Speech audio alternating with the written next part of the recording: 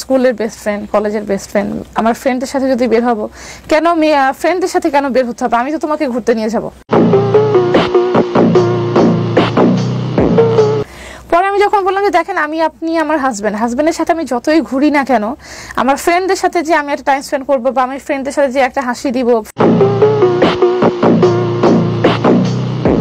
ফ্রেন্ডের সাথে যে একটা জোকস শেয়ার করবো, সেটা তো আমি আপনার হাজবেন্ডের সাথে তো কখনোই করতে পারবো না।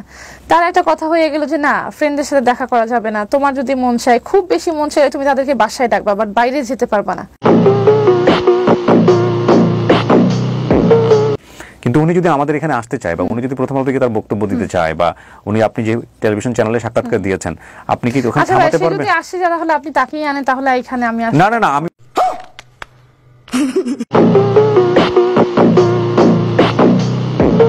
সেটাই দাঁড়ালো যে আমি এখানে জাস্ট আমার কথা শেয়ার করতে আসছি, মানে আমার সাথে এরকম একটা গুরুতর কাজ হওয়ার পরে আমি এখানে শেয়ার করলাম, সে আমাকে এইভাবে মারলো, সেও খুব নর্মালি ভাবে শেয়ার করলো। এত নর্মাল ভাবে যদি মানুষ তাকে মেনে নেয়, তাহলে তো আমি বিচার পাবো না। মানুষ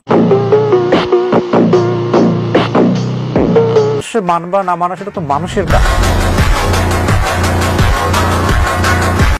এটা তো মানুষ কাজ করুক ভাই। না না, শুনুন, আপনি খুলেন না, আপনি রিঅ্যাক্ট করেন না ভাই, আমি রিয়েলি সরি, আপনি রিঅ্যাক্ট করেন না। অনেক ভালো একটা মানুষ, আমি যতটুকু বসেন শেষ করে ভাই, আমি আর কথা বাড়াতে চাচ্ছি না। আপনি বসেন, আপনি উত্তেজিত হবেন না। We have already been recorded this show, এটা ডেফিনেটলি প্রচার হবে।